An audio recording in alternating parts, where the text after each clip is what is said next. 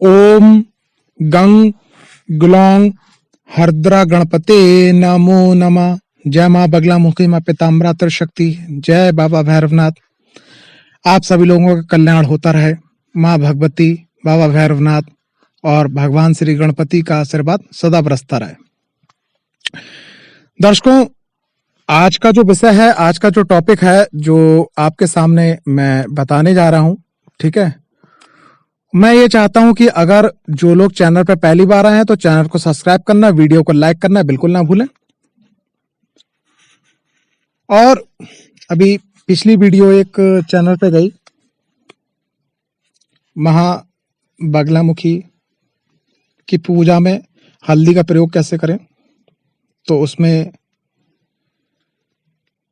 कुछ लोगों ने ये क्वेश्चन पूछा कि जिन लोगों का शीघ्र विवाह नहीं हो रहा है तो वो क्या उपाय करें कि उनका भाई शीघ्र विवाह हो जाए, माँ की कृपा मिल जाए, ठीक है ना।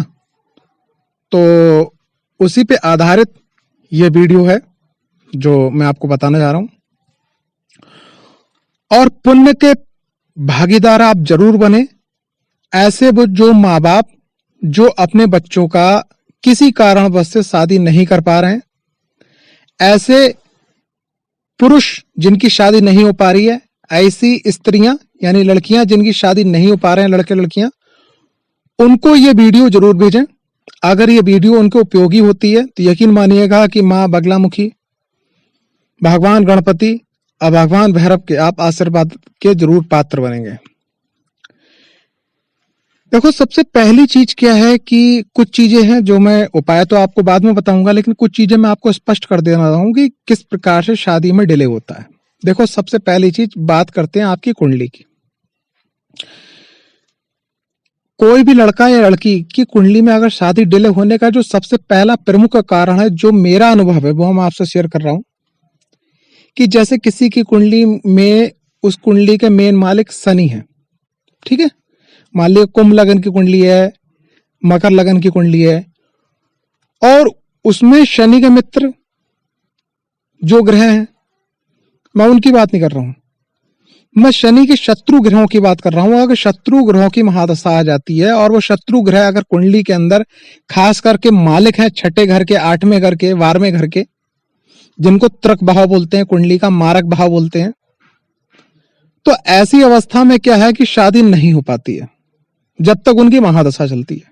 ये एक बहुत छोटा सा प्रैक्टिकल है।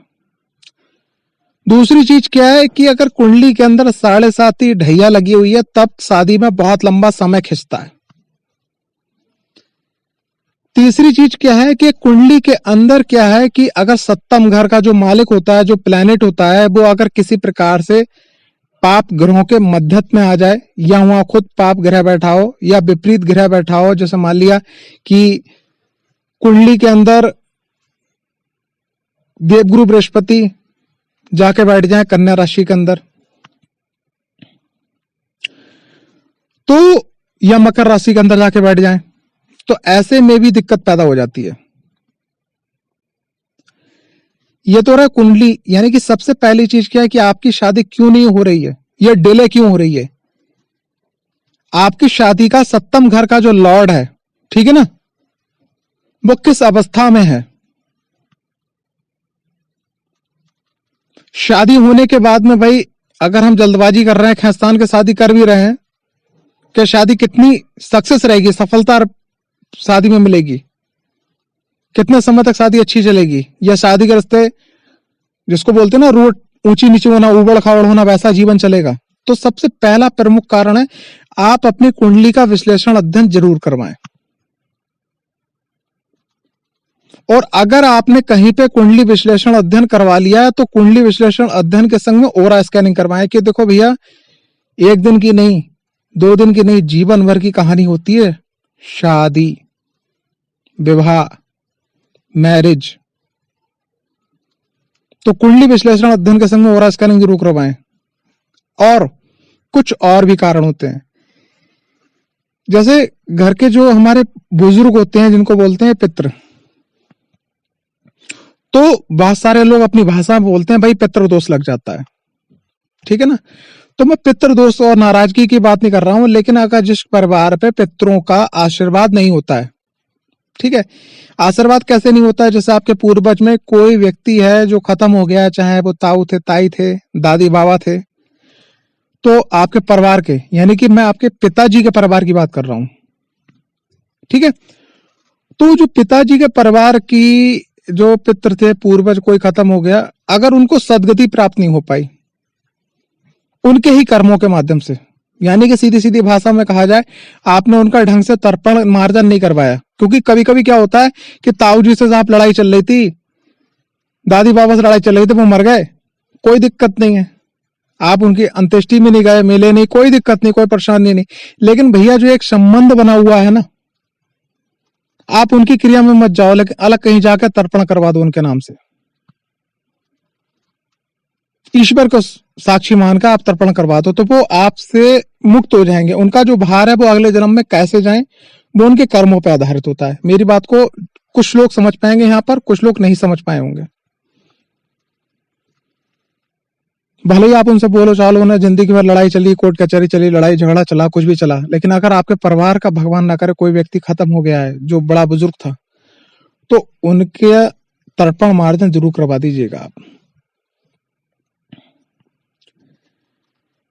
नंबर 2, अगर आपके परिवार की कोई प्रथा है, कोई कुल देवी देवता है, ठीक है, तो कहने का तात्पर्य है, अगर वो किसी प्रकार से असंतुष्ट है या यूं कहें नाराज है, तब भी शादी होने में अड़चन आती है।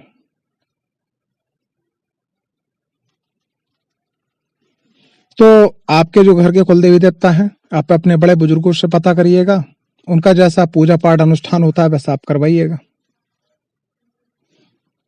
इसके संग में आपके कोई पुराने बुजुर्ग हैं जिनने धोखे से अगर पीपल कटवा दिया है जहां पूजा पाठ होती थी, या कोई मंदिर तोड़वा दिया है, या कोई किन्नर, मैं ओरिजिनल किन्नर की बात नहीं कर रहा हूं, मैं आज की डेट में उन किन्नरों की बात नहीं कर रहा हूं जो रेलवे में जबरदस्ती मांगते हैं, मैं उन किन्नर की बात कर रहा हूं जो जन्मजात किन्नर है और किन्नर धर्म को निभाते हुए वो आपके घर पे आया और आपकी औकात और क्षमता देखते हुए उसने कुछ मांग करी 2,500-3,000-4,000 रुपए की, और आप दे सकते थे और आपने नहीं दिए। आपके घर में किसी का जन्म हुआ, किसी का विवाह हुआ, कोई मतलब धार्मिक या कोई जो है मनोरंजक कार्य हुआ, और वो किन्नर नाराज होकर चला गया और बद्दुआ देकर चला गया, तो ऐसी भी अवस्था में उस परिवार के अंदर संतान और विवाह नहीं होते, और होते हैं तो वो कैसे चलते हैं, राम मालिक। आप कुंडली लेके जा रहे हो, ठीक है ना, आप कुंडली लेके जा रहे हो, वहां पर एस्ट्रोलॉजर पंडित बता रहे हैं कुंडली बहुत बढ़िया है, लेकिन आपके संग कुछ गलत हो रहा है, कुछ अलग हो रहा है। अगर ऐसा ही कुछ आपके संग अलग हो रहा है, कुंडली से अलग हो रहा है, तो आप अपने घर के जो व्यक्ति है उसका ओवरऑल स्कैनिंग, जिसकी शादी होने वाली है वो, परिवार के कुल देवी देवता वो, आपके पितृ किस गति में गए वो, इन सब का इंक्वायरी जरूर करवाइएगा। इसको कहते हैं कि मर्ज ना पकड़वाना और टैबलेट देते रहना। तो ये तो कुछ कारण थे जिस कारण से विवाह में देरी आती। अब बात करते हैं उपायों की। कुंडली विश्लेषण तो आपको करवाना ही होगा। अब जिन लोगों की कुंडली नहीं है तो अपने हाथों का अध्ययन करवा सकते हैं, ओरा स्कैनिंग करवा सकते हैं। लेकिन मैं कुछ उपाय बताना चाह रहा हूं। जैसे अगर किसी की शादी में विघ्न आ रहा है तो प्रत्येक बृहस्पतिवार को और मंगलवार को, और समय हो तो शनिवार को, 3 दिवस ये मान लीजिएगा, 3 दिवस आपको पूजा करना है। हल्दी की माला से पीले आसन पे मां भगवती पीताम्बरा बगलामुखी का दीपक जला के, और 3 प्लेट आपको भोग लगाना है। तीनों प्लेट में आपको 5-5 बेसन के लड्डू रखना है, 5-5 प्रकार की मेवा रखना है। ठीक है, दीपक से मां भगवती के चलेगा, पीले फूल चढ़ेंगे, चंपा चमेली का इत्र लगाइएगा और पीले वस्त्र अपने होंगे। हल्दी की 2 पीली माला, एक गणपति जी की, एक मां बगलामुखी की और एक रुद्राक्ष की माला, 3 माला आपके सामने होना चाहिए। पहली माला से आप जाप करेंगे गणपति जी का 5 माला जाप। ओम गंग ग्लौंग गणपते नमो नमः। ओम गंग ग्लौंग हरद्रा गणपते नमो नमः। ओम गंग ग्लौंग हरद्रा गणपते नमो नमः। ओम गंग ग्लौंग हरद्रा गणपते नमो नमः। 5 माला जाप करेंगे। फिर उसके बाद 5 माला जाप करेंगे ओम भ्रम मृत्युंजय भैरवाय नमः। ओम भ्रम मृत्युंजय भैरवाय नमः। फिर 5 माला मां बगलामुखी का बीज अक्षर जाप करेंगे। बीज अक्षर आप क्या जाप करेंगे? जाप करेंगे ओम हलरीम बगलामुखी माताय नमः। ओम हलरीम बगलामुखी माताय नमः। उसके बाद मां का 5-5 माला 3 माला हो गई, यानी 15 माला हो गई। मंगलवार बृहस्पतिवार शनिवार, और जिसमें बृहस्पतिवार आपको करना है, पीले हल्दी का तिलक लगेगा अपना उनके, और लास्ट में आप मां को भोग लगाएंगे। ठीक है, ये काम आपको लगातार 5 मंगल 5 बृहस्पति 5 शनिवार 15 बार आपको ये काम करना है, और बाकी आपका कुंडली विश्लेषण अध्ययन करवाना है। इस प्रयोग को करते करने यकीन मानिएगा, जो भी आपके आसपास दिक्कतें होंगी वो आपकी क्लियर हो जाएंगी। कि किस दिक्कत को क्लियर करने के बाद में आपका शादी विवाह होगा। साथ साथ कुंडली विश्लेषण अध्ययन जरूर करवाइएगा, और साथ में ये उपाय करिएगा। फिर देखिएगा ज्यादा समय नहीं लगेगा आपके हाथ पीले होने में।